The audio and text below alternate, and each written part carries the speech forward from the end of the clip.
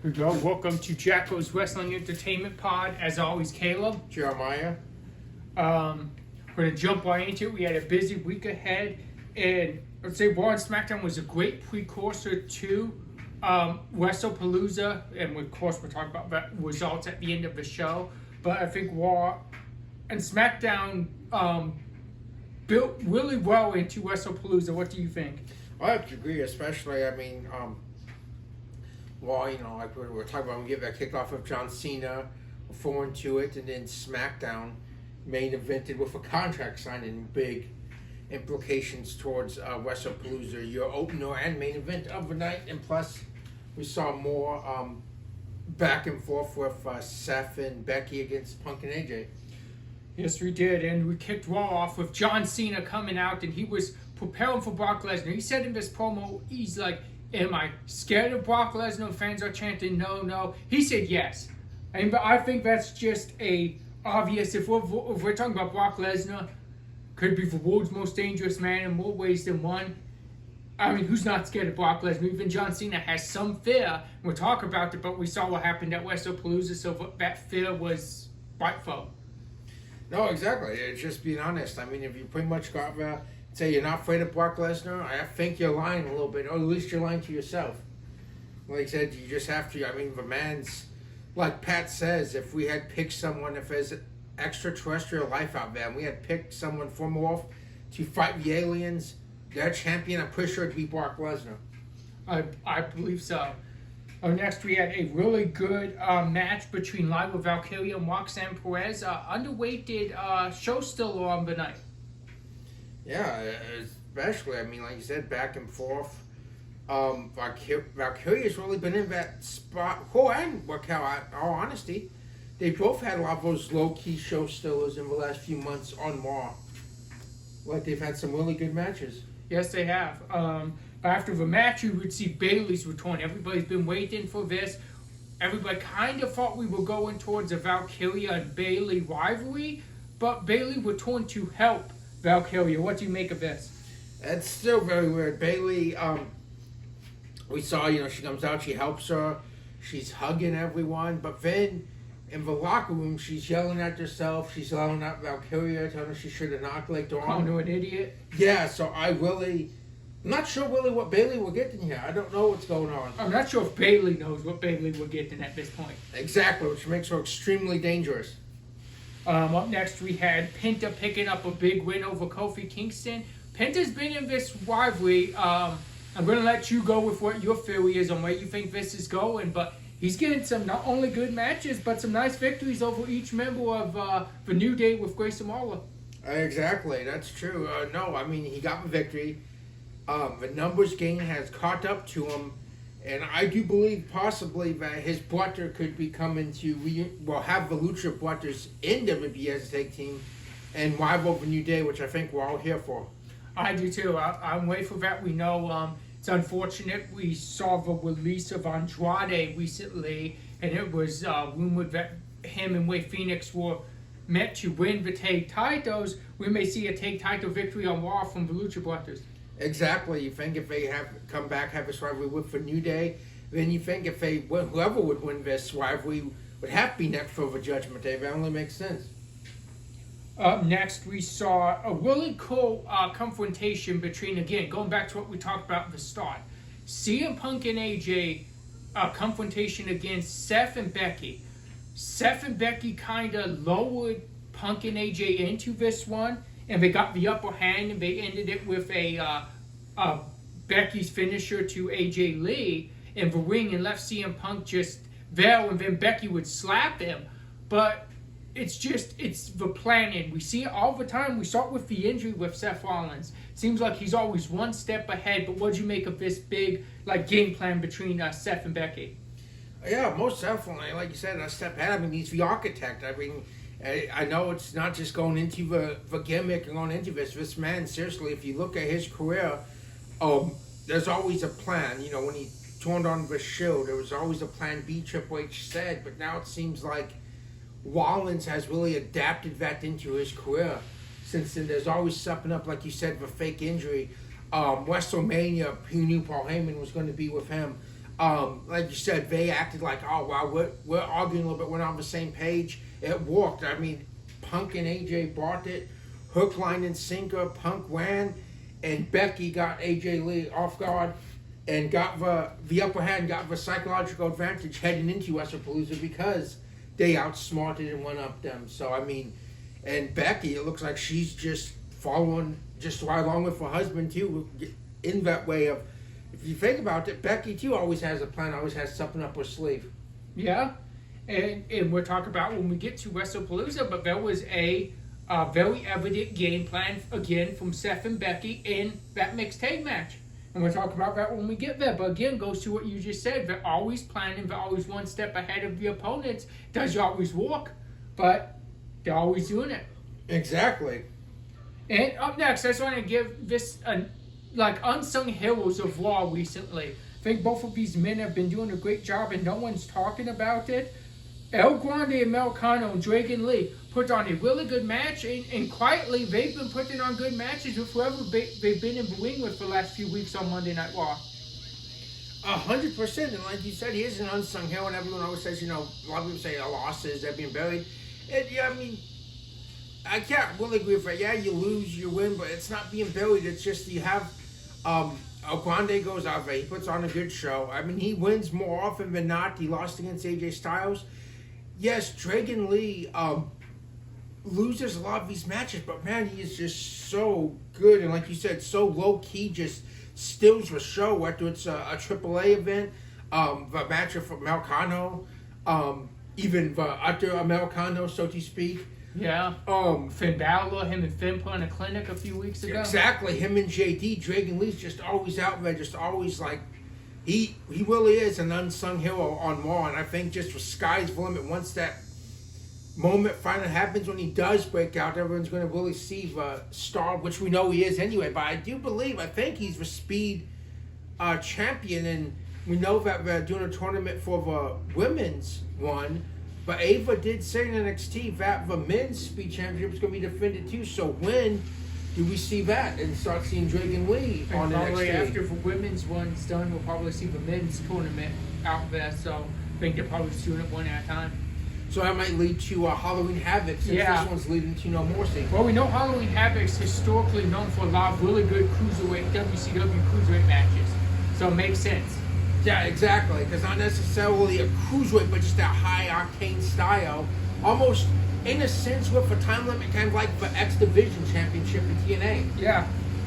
Up next, we saw Stephanie Valcourt wrestle for the fourth time in a while. Triple H would say after WrestlePalooza that she's been dealing with a really bad flu for the last few weeks. But she got a big win heading in WrestlePalooza over Kairi Sane. Yeah, exactly. And you wouldn't know that. I mean, really, we'll talk about it, but Stephanie did a triple duty this past week, and you not know that she was sick just shows you just how good of a performer she is. And I'm most definitely going to talk about that more at WrestlePalooza. But and again, not just low key still in the show like a Dragon Lee. She don't always win, but Kairi Sane, these last few months, how many shows still in matches has Kairi Sane had on Raw? Yeah, a lot, and she gets a bad rap for the injury to Liv, but that was a freak accident, and I don't believe it was Kyrie or Liv's fault. I just think it was overdue, and over time, it was just going to happen because Liv was being used a lot. Yeah, she went at such a fast pace. Unfortunately, that happens. But we know once Liv comes back, can't wait to see where that goes. She was on such a roll before she got injured. See how this Judgment Day pans out, all the drama, whatever's going on in there, pans out when she does come back. Because right now, Dom's, well, he's just pretty much doing his own thing. Yeah. Up next, we had our main event. LA Knight was told to find a tag team partner. He found Jey Uso's not only tag partner, but brother Jimmy Uso. And it seems like Jimmy accepted to be his partner just to spite Jey Uso. And they would end up taking a loss to Braun and Bronson. Then they would try to attack LA Knight and Jimmy after the match. Jay would come out and make the save. And we ended the night with a BFT from LA Knight on Jey Uso, and he said, now they're even. Exactly. I mean, there's nothing wrong with him. As a receipt, he did not. It looked like he might have hit him with a chair. He did hit him with a chair. Like you said, Jimmy had told LA Knight no. Then Jay told him, "You better do what he said I did." But he's like, "You're not going to tell me what to do." So, like you said, out of spite, he went and teamed up with LA Knight because Jay told him not to, which is not really great way to build up for a huge tag team match. Yeah, it's not. But it's most definitely interesting. We're talking more about this LA Knight saga in here. But yeah, the Vision's on the wall right now, especially Braun and Bronson. Judgment Day belt. Hope these men don't want the tag titles. Exactly. That's a very scary duo right there. And then, so I want to say, but this match, unknowingly more than we thought, would build great towards WrestlePalooza. Yeah, exactly. It's just this whole angle. It's not just for Usos and Vision. LA Knight's been intertwined in here. Like you said, we're talking about WrestlePalooza, and it's not over yet. Well, even after WrestlePalooza, we'll have to see what the next chapter is of this saga. So I want to say before we start NXT, this, in my opinion, was one of the best NXTs we've seen in like a long time. It was just so fun, all the surprises, all the appearances we got to see, and it just not only felt like a current NXT, but it felt like a throwback NXT at the same time. It was a blast. Oh man, it was. I mean, just all those moments, like sometimes you forget. You just look back and think of all these great NXT moments, all these stars. Some still in WWE, some other places, AEW, TNA. But everyone that's came through and everyone that's made a name in NXT is just huge. And sometimes you forget all of them. You forget all the really cool moments. And then I loved the current rendition of the old school NXT theme song when they first came on. Yeah, that was cool. With the current stars, that was awesome. So we kicked off with Triple H and Shawn Michaels, and they were kind of going back and forth about who's won in NXT. Triple H said, well, if I wanted to. William teased War Games. Do you think this goes anywhere? Do you think that was just for fun? Because I'm thinking if we see a War Games on the NXT side of things, I'm thinking it could possibly be a NXT TNA War Games because of the TNA Championship being defended on NXT between two NXT superstars next week.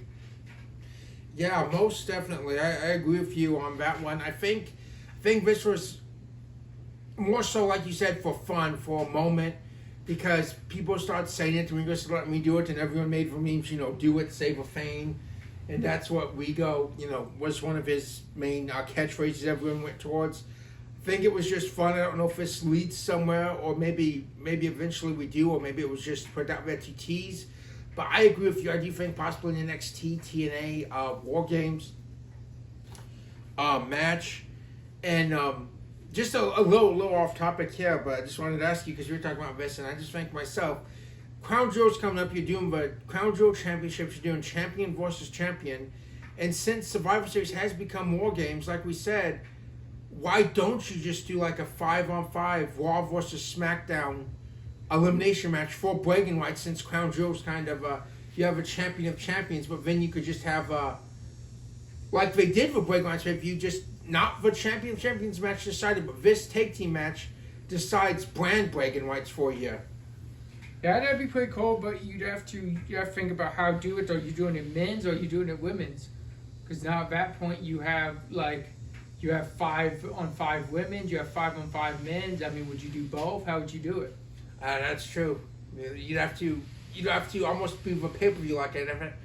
You'd have to have 3 matches in a sense too. That's right. To really decide how you do it, but still, some way, somehow, we need to bring back the Survivor Series tag match, because War Games is awesome, but I still miss some 5-on-5 elimination tags. Yeah, me too. I think that's cool, and it's kind of it's a lost art, and no one it's not done anymore. So I mean, it'd be really cool to see it thrown back in there. But hey, who knows? We've been seeing a lot of comebacks and returns of match types and stuff. It could be possible. That's true.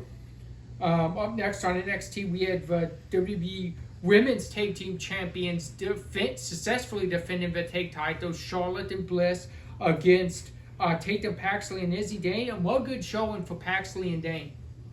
Yeah, take you against 2 legends, 2 future Hall of Famers, to really bring it in that match like they did. And then we have to talk about busy a week for Charlotte and Alexa as well. But yeah, great match. Really kind of, I think of a lot of what the night was to really show the currents against legends of a brand, and it did that.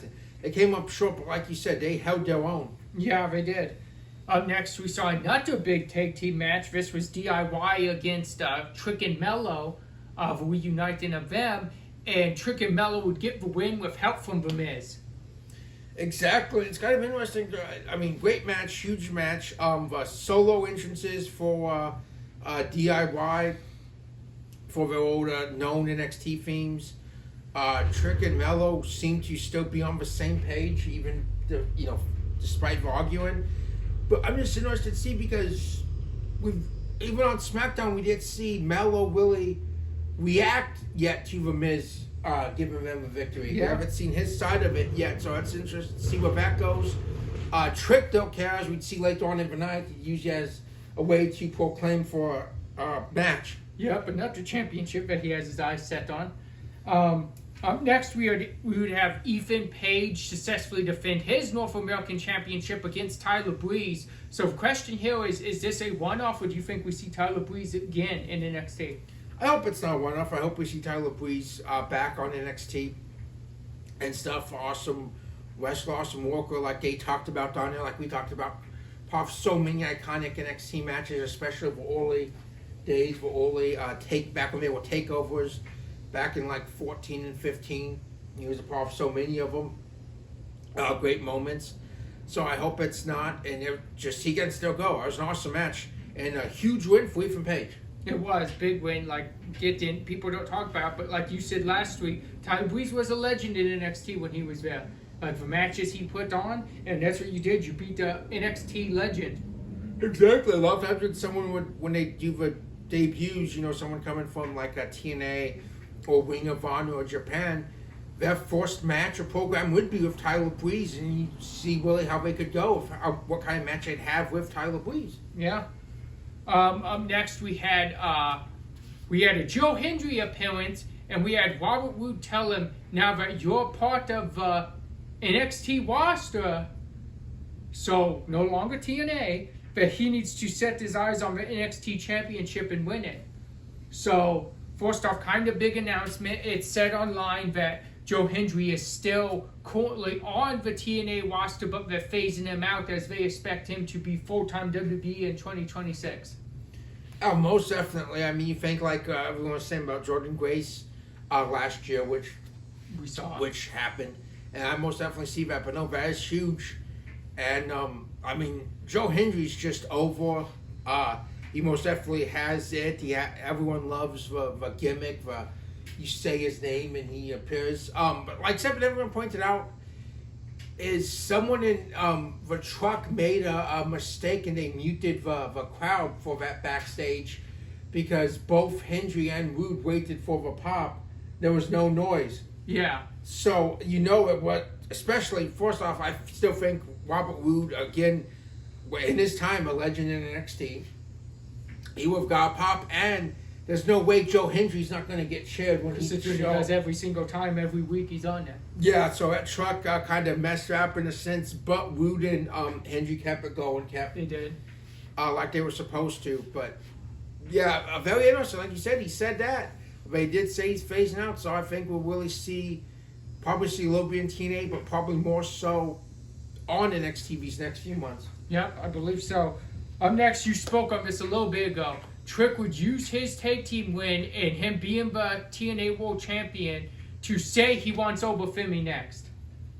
To call dibs when Ricky Saints believes it's his shot next, and maybe that's possible because it looks like it will be Saints next, but Trick has a TNA World Championship defense against Obafemi. You have to think if Trick retains that title after Saints, Trick Williams is next against NXT champion Obafemi. Yeah, but I think it's winner take all. I think if Trick wins, I think he might get Ricky. Oh wow, that's very interesting. A lot of TNA superstars were not happy about this, and I think there won't be a straight up winner. I think we're gonna get some TNA interferences. I think it might be like you were saying. Doing this, it might lead to a TNA invasion, which is more fuels your war game speculation, which makes sense. But yeah, I could see that. They're not happy. They treated throughout the night. They were not part of NXT Homecoming. And in their championship, no TNA wrestler has a chance for it. So I could see that. I mean, we saw names like Mike Santana and Matt Hardy, to name a few, Cedric Alexander that were treated throughout the Yep. show. So no, very interesting. And yeah, Cedric, he was just on NXT He was early not on long the ago. year, so he's very familiar with the place as well. Matt Hardy too, and Mike Santana's had some appearances, so we know that be where it's at. Yeah. I don't think this match has a straight finish or if even a finish. I don't think so either. Up next, we would see Lexis King come out. He was bragging on what he did to Miles Bourne, saying that he's going to finish this rivalry with Miles Bourne and stuff like that. We would see Finn Balor come out next. Now, this was a surprise. Finn Balor is a Judgment Day guy, kind of a heel. We saw him come out on NXT as a face and take out Lexis King with Miles Bourne. How interesting was this? Oh, very interesting. I don't think Lexis King ever saw that one coming. And Miles Bourne will get his redemption against Lexis King. I don't know if it's at No Mercy or if it's next week. I'm not sure, but very interesting. And it's like, but like we were talking about too, Finn as a face there, but he's part of Judgment Day.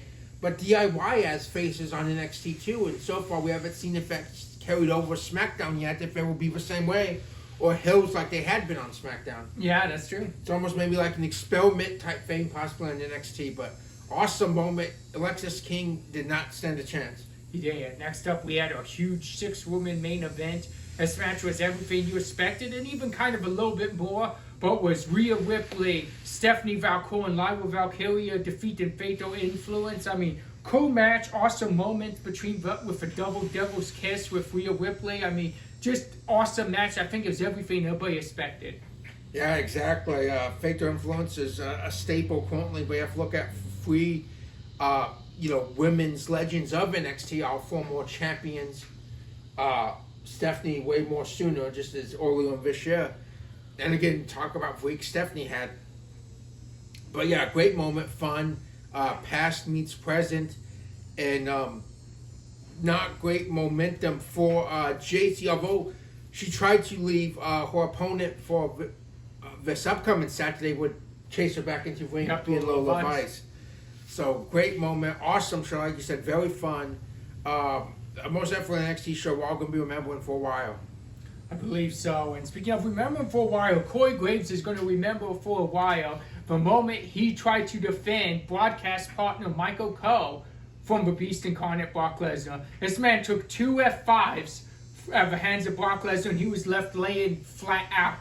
He couldn't even commentate, he couldn't do anything for the night. We saw The Miz replace him. But what'd you make of Brock Lesnar doing this backstage? And this would mean something again for WrestlePalooza. He would see Paul Heyman backstage and he said, we should talk. Yeah, this is extremely very intriguing, very interesting. Because like I said, we'd see it at WrestlePalooza. But does this mean that is Paul doing like side quests here? Or is Brock Lesnar joining the Vision? Which is extremely scary for look at it's like you look at what the Vision's doing right now, how they're dominating, and to use a basketball term on this, if Brock Lesnar is joining the Vision, it's like Kevin Durant joining the Warriors. It really Look is. what they've done by themselves already. You have the world champion, you have these two monsters with them, you have Becky, the women's Intercontinental champion, and now you might add the Beast. Which may net you the other World Championship on the other brand. Like, who's stopping him? We already seen an appearance from, which we'll talk about later, Braun and Bronson on SmackDown. These men go wherever they want. Exactly. Aldis or Pierce really don't matter what they say. They're just going to do what they want anyway. Especially, and get basketball reference for any of our basketball fans. You're Steve Kerr. You have the wise man there. Calling the shots. So that's exactly what that is, the best analogy I can think of to really add to this. It's very scary.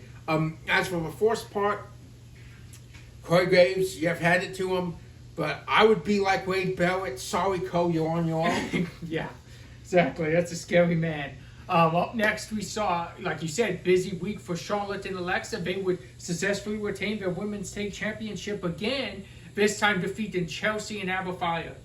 Yeah, again, low-key, really good match. Awesome tag team back and forth. Chelsea and Abba tried the hardest they could to best for champs, but Charlotte and Lex is just on another level right now. Great showing. They fighting champions, 2 awesome title defenses this week. So huge shout out to them. And like I said, low key, really good match. Very much so. Up next, we saw gave a little bit more of a fight than I think people may have imagined, but still kind of a dominant showing from Braun Breaker and Bronson Reed over Fraxian. Exactly. I mean, we know how good Fraxium is. They haven't yet had that moment on SmackDown like they have in NXT with River Champions, but like we said, I just on another level, right, again, throughout the week, think about it now. Braun and Bronson just piling up victories. Yep, win after win. And a couple, I mean, huge main, like, even at WrestlePalooza, not main event, but main event spotlight match.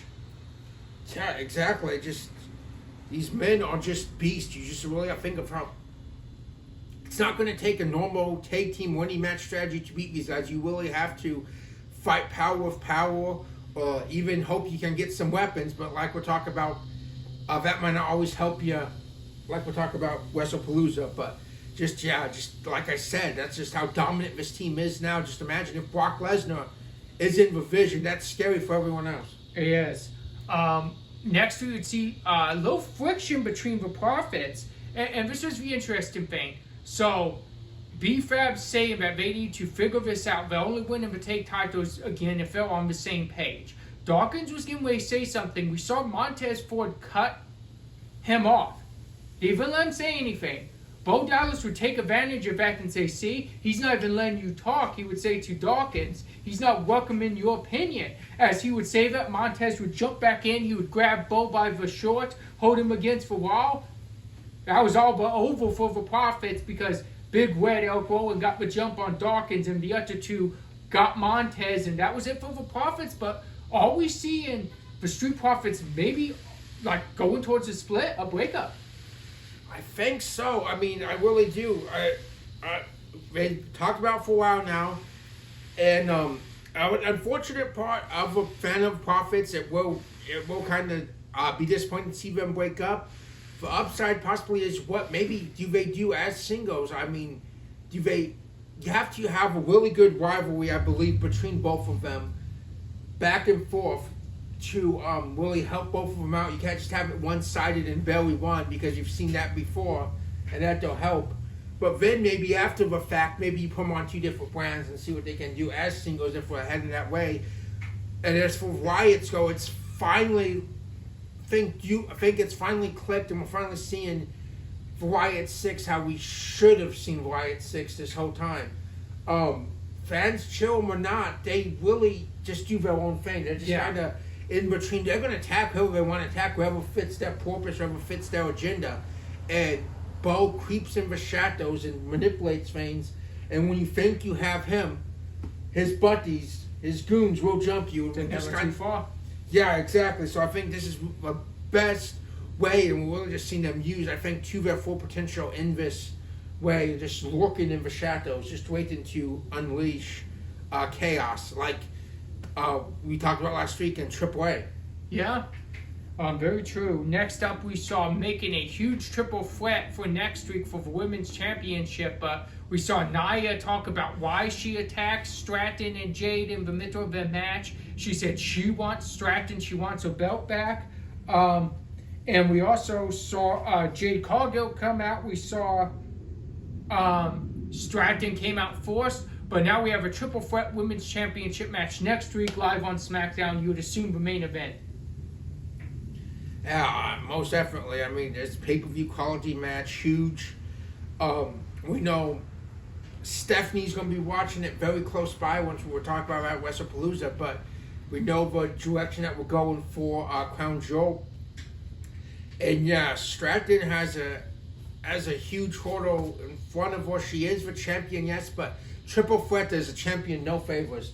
They could pin one another to win. They can pin her to win. She's taking on 2 monstrous powerhouse women. Yeah, very much so. Up next, we saw Sami Zayn and Carmelo Hayes. This was like a show stealer for the week, almost like just one of the best matches we've seen all week, I believe. And I mean, what show? What great job Sami's doing as champion, giving other guys an opportunity to go out there for the title and steal the show with him. Yeah, exactly. I mean, he asked John Cena. He gave it to John Cena. Sami has taken that mantle very well. I mean, whoever remembers a decade ago, the John Cena US Open Challenge was awesome, often the highlight of the show. Yeah. And we are seeing that same thing with Sami. So it's been awesome. And I want to say, you know, it doesn't matter if they don't win. That's not how it goes. You get this opportunity, this spotlight to really shine. We saw Wade Phoenix do that. We saw Melo do it. And if Solo has his way, it looks like Tonga Loa may be the next one in line for the U.S. Championship. Up next, we had a huge contract signing for WrestlePalooza, Cody Rhodes and Drew McIntyre. And leading in WrestlePalooza, it looked like Drew McIntyre had Cody Rhodes' number and could have finished Cody maybe multiple times in this contract signing, and decided to spare him because he wanted to just win the title at the pay-per-view. Exactly. It's like he said, no, I don't want you injured. I don't want you to not be able to defend. So Drew, very conservative, very thinking, very planning ahead. We'll get to that awesome match. Just, I think, really cool way to main event. Just low, kind of just get down and dirty kind of match that they ended up having. But again, like you said, this whole week was a great precursor, a great build to WrestlePalooza to get to this event.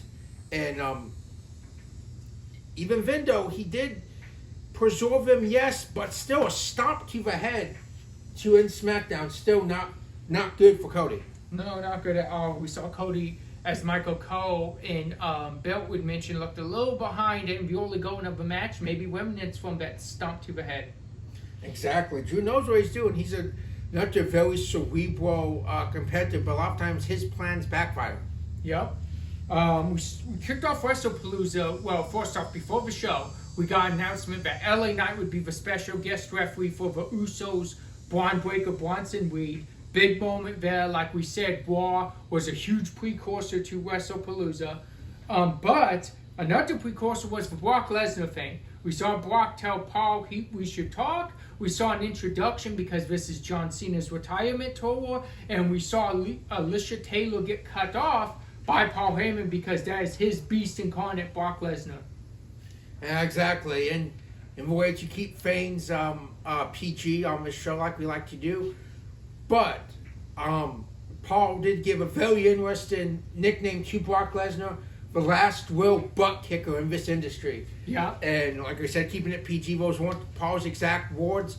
But I honestly couldn't think of anyone else who could really have that moniker other than Brock Lesnar.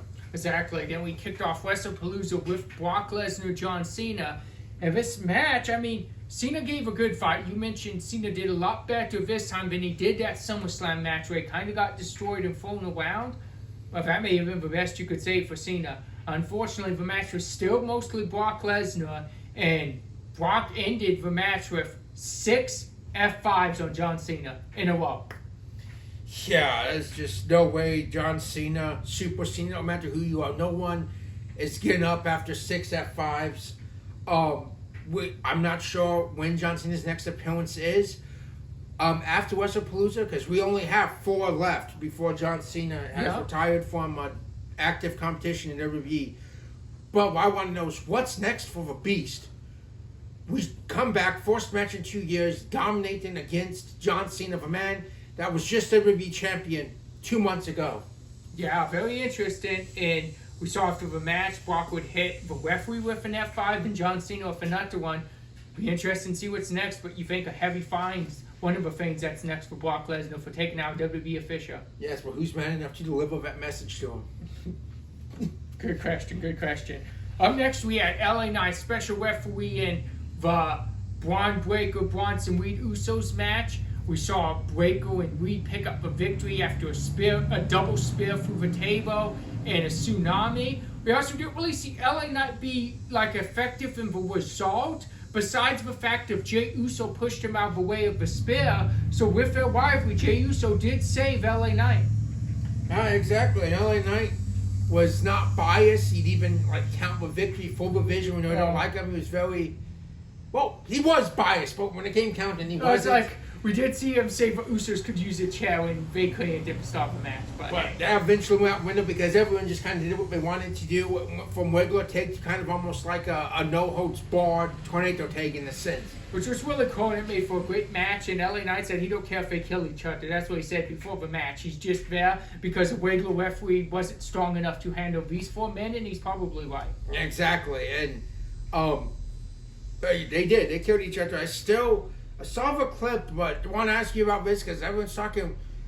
How really did Jay cut himself on the chair? I'm watching it over and over again. Okay, I can't see that spot. So when he lifted it, instead of just going straight up like this, he pulled it like this. When he pulled it like this, the chair edge went over his face. Instead of going straight up like this, he goes like this. Oh, wow. So he pulled it, he scraped it across his own face accidentally, the edge of the chair. We know how sharp those veins are, that's why they use chairs at this point, so they don't really hurt someone like that. But I don't know if it was late in the match, maybe he didn't have strength to go straight up with it. Sometimes you don't have the strength to go straight up because your arms are tired. So sometimes even when you're walking out, you have to lift like this instead of like this. And I'm thinking that's what it was. I'm thinking his arms was tired late in the match. He pulled it like this. When he did, it went straight through his face and then hit the guy. And it was pretty bad, but he was bleeding bad. It was. I mean, it was all over. And thank you just for clearing it up because, like I said, so everyone said, looking at it, I'm pretty sure I'm probably not the only one. So thank you for helping and giving that visual too for audience. But yeah, it was. Accidents happen. He was, blood was all over him. It was even all over Braun Breaker. We thought when we were watching live, we thought Braun Breaker was bleeding because there was blood all over his chest and his back. But was it Braun Breaker? It was from Jey Uso. Exactly. But it happens, like you said, just that sometimes that's all you can do is just muscle up enough to get your best shot. And Jay tried, but it took, I think, more of him than it did Braun. I believe so. Up next, we had Stephanie Valcour win the vacated women's championship by defeating Io Sky. And these two women, they put on a classic. I just want to say congratulations both, because that was one of the matches of the night, in my opinion. And also, like we said, Stephanie Valcour has been sick, and she did not miss a beat. No, well, Ford match this week. Like you said, both women killed it. Great showing. But both of them will show still an awesome match. Stephanie, career moment. She's had many of them, but this one right now so far is the biggest one, the Raw Women's World Championship on the inaugural ESPN pay-per-view. No one will ever forget that match. Great match. Can't wait to see what's next for both women and who's going to be the force to challenge Stephanie for that World Championship. Yeah, very, very interesting to see. Thinking Rhea Ripley, she called next. She did. That could be a great, crown jewel in Australia, the home country of Rhea Ripley. But it's not going to happen because Valcour is going to be taking on Stratton or Jay or Nia. But should be there, no doubt about that. You're right. I wasn't thinking about that. Oh, we know what's next for Stephanie match-wise would be either Nia, Jade, or Stratton. Up next on WrestlePalooza, we got to see the match everybody was waiting for. It was for a torn of AJ Lee. AJ and Punk got a huge victory over Becky and Seth. And speaking of not missing a beat, AJ Lee looked amazing. Yeah, it did not look like she had not wrestled in 10 years by any means. Just the build. Punk was, getting the Hills had him. Once that place exploded, once she finally came in legally. But like you said, Seth and Becky had a plan. They tried every amount to make that plan work. Every underhanded way, but in the end, it was not enough. And you mentioned me earlier, and I just want to talk about this real quick. Once AJ got in, and we built up for the tag, but once AJ got in, it was much like a tornado tag. There's really no more tags from then on. And you talked about the referee counting.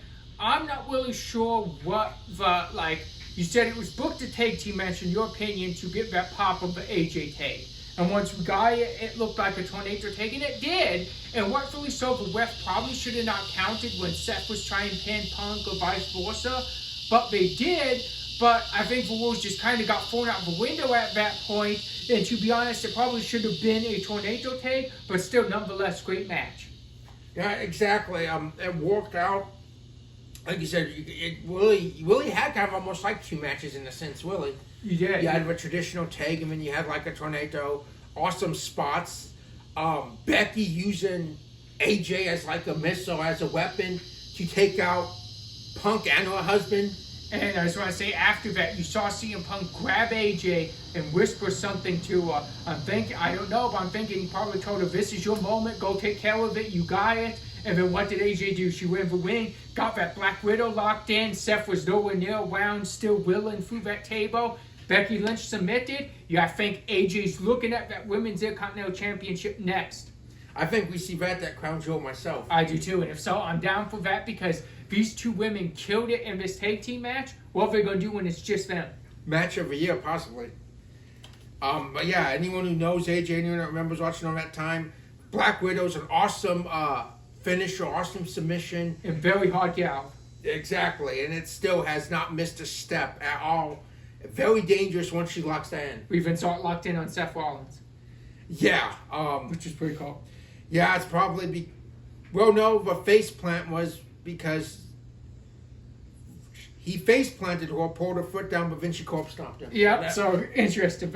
Awesome match. Up next, we had our Undisputed Championship main event. We had Cody retain the title against Drew. And I just want to say this. Yes, Cody is a face. But Cody is a very smart in-the-ring technician. And you've seen it against Randy Orton. When there was a hot body part on his opponent, Cody is not like... He will not take advantage of it. He will... much like Hills, he will walk over that body part. We saw that with Drew. What happened? He walked over that leg after Drew went through the announcer table and came into play. Drew could even stand when he went to do the Claymore kick, and Cody took advantage for the victory. Exactly. I mean, and he took advantage of the unprotected pad, like with Randy as well, too. Drew brought it into play, and Cody took it, threw him into it.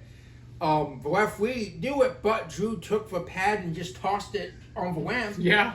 But yeah, you're right. Cody did. He's smart. He wasn't going to take that Claymore through the table again.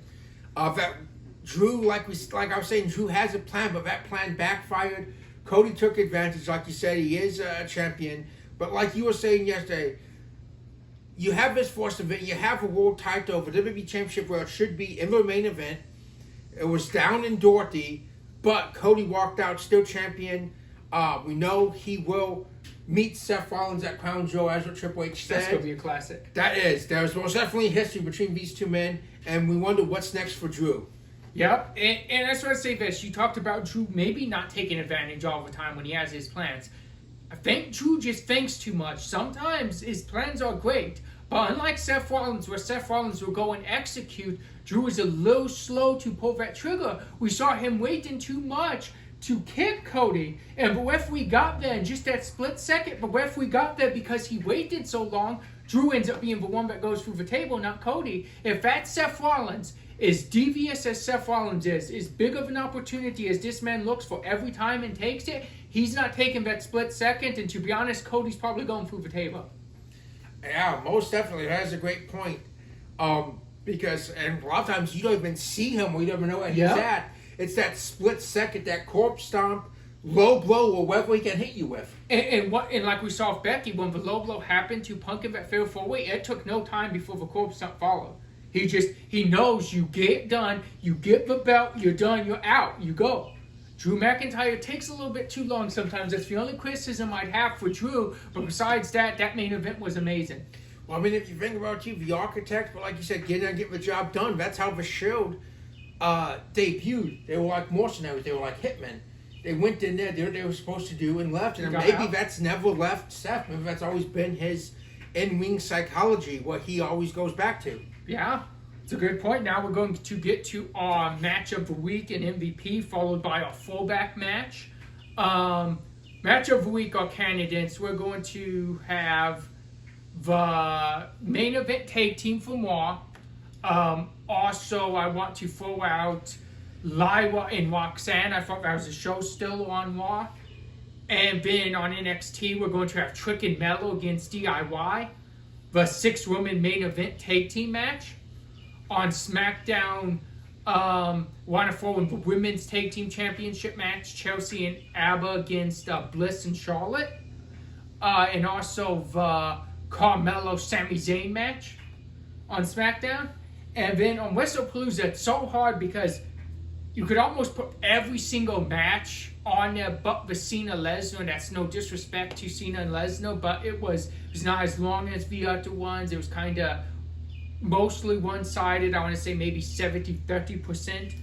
But I'm going to just pick 3. And the 3 from WrestlePalooza I'm going to pick is Valcor, Io. I'm going to pick the mixed tag match. And I'm going to pick the main event. Yeah, like you said, all great matches. For match of the week, I'm going to go for mixed tag match. We talked about the story, we talked about the game plan, we just talked about how AJ Lee did not miss a beat, and I don't know, I just thought the story made the match even better. Oh, I have to agree with you. Awesome match. Everyone's waited for that match since the end of Clash in Paris, before it was ever made official. All the speculations were true. The anticipation was well worth the wait. Awesome match. Really will be a standout moment from this event. I think so. And then you talked about it. So for MVP of the week, I'm going to do a first. I'm going to do the first ever 3-way MVP of the week. Just because even you mentioned it. You mentioned that these people are on a roll and they competed 3 times and won every single match, including the pay-per-view this week that they competed in. I'm going to go for the MVPs, Stephanie Valcor, Braun Breaker, and Bronson Reed. I cannot argue with that. That's a great point. It's very well deserved. And all 3 of them competed 3 times, including once on the pay-per-view, having huge spotlight matches and winning those. I don't know. And like you said, I don't want to be the next tag team in line to take on Braun and Bronson. I just don't know how if they set their sights on it. I don't know. They probably will be tag champions. I mean, and that's not nothing against Finn and JD, but it's just that power. And I mean, we don't know who the number contenders are for tag titles, but they have it. They just keep winning tag team matches. Yeah. Now you have a throwback match. Yeah, it's we're gonna go back. AJ's awesome return. Like I said, look like she hasn't missed a step in 10 years. We're going to go back a little bit further than that. We're going to go 12 years. And we are going to go for first ever championship win. Payback 2013. AJ Lee against Caitlyn for the Divas Championship. Awesome match. A show still on that card back at that time. Still a great match stands up today. And is AJ's first championship, which led to her legendary Divas Championship one. Very true. And like you said, great match. It was before the women really got a chance, but these 2 women got shot and stole the show, as you mentioned. Exactly. I mean, it was a long, especially at that time. I can't remember the exact time, but it was longer than any of the women's matches you really had at that time. It was. We want to thank you guys for joining, Caleb, Jeremiah, and remember, subscribe to us on iHeartRadio, Apple Podcasts, Spotify. Watch us on YouTube, and we'll be back next week. Exactly, as we discuss NXT No Mercy.